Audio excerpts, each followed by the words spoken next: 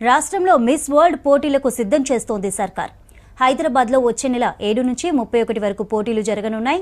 Miss world పోటీల్లో Telangana handloom theme పెడుతున్నారు. 140 దేశాల నుంచి 3000 మంది యువతులు రానున్నారు. మే 15న పోచంపల్లిలో ఇక్కత్ వస్త్రాలతో విదేశీ యువతుల ర్యాంప్ వాక్ చేయనున్నారు. నేత కార్మికులతో మాటా ముచ్చటకు ఏర్పాట్లు చేస్తోంది ప్రభుత్వం.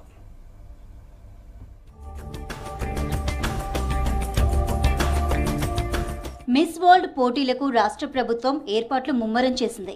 మరో 3 వారాల్లో పోటీలు ప్రారంభం కానున్నాయి. వచ్చే నెల 15న విదేశీ యువతులను ఇక్కత్ వస్త్రాలకు ఫేమస్ అయిన భూదాన్ పోచంపల్లికి తీసుకువెళ్లనుంది.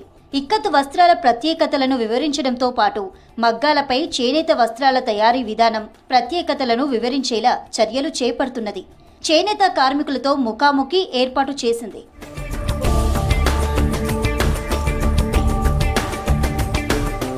యువతులంతా పోచంపల్లిలో ఇక్కత్ వస్త్రాలు ధరించి ర్యాంప్ వాక్ చేయనున్నారు.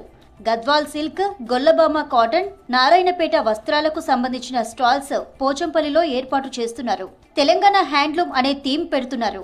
మిస్ వరల్డ్ పోటీలకు వచ్చే యువతులు చేనేత దుస్తులు ధరించేలా రాష్ట్ర ప్రభుత్వం ప్రణాళికలు సిద్ధం చేస్తుంది.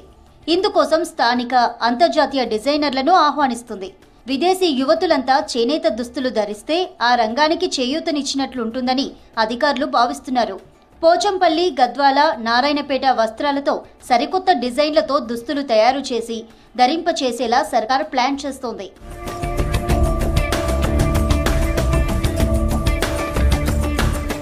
హైదరాబాద్ సిటీలో వచ్చే నెల 7 నుంచి 31 వరకు 72వ ఎడిషన్ మిస్ వరల్డ్ పోటీలు జరగనున్నాయి.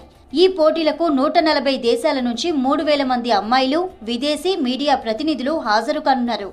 వీరిని హైదరాబాద్తో పాటు రాష్ట్రంలోని వివిధ పర్యాటక ప్రాంతాలకు తీసుకెళ్లి తెలంగాణకు అంతర్జాతీయంగా గుర్తింపు తీసుకొచ్చేలా సర్కార్ ప్లాన్ చేస్తుంది. ఈ మేరకు మంత్రి జూపల్లి కృష్ణారావు, టూరిజం శాఖ ప్రిన్సిపల్ సెక్రటరీ స్మితా సబర్వాల్ ఎప్పటికప్పుడు సమీక్షలు నిర్వహిస్తున్నారు.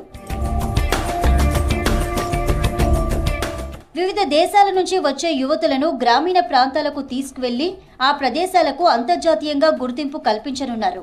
ఇందులో భాగంగా భూదాన్ పోచంపల్లి, యాదగిరిగుట్ట, నాగార్జున సాగర్లోని బుద్ధవనాన్ని సందర్శించేలా అధికారులు ప్లాన్ చేశారు. వచ్చే నెల 12న సాగర్లోని కృష్ణానది తీరంలో ఉన్న బుద్ధవనాన్ని సందర్శిస్తారు. విజయ విహార్లో విడిది చేసేలా ప్రణాళిక రూపొందించినట్లు సమాచారం.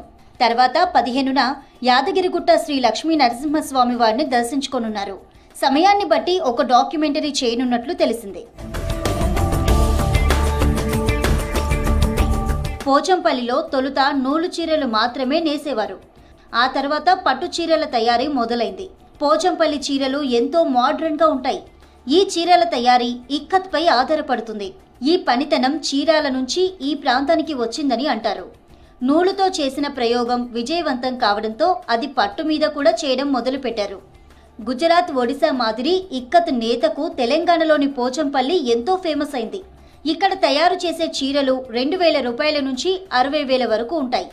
బాలీవుడ్, టాలీవుడ్ కు చెందిన సినీ ప్రముఖులు, రాజకీయ నేతలు పోచంపల్లి వస్త్రాలను ఇష్టపడుతుంటారు.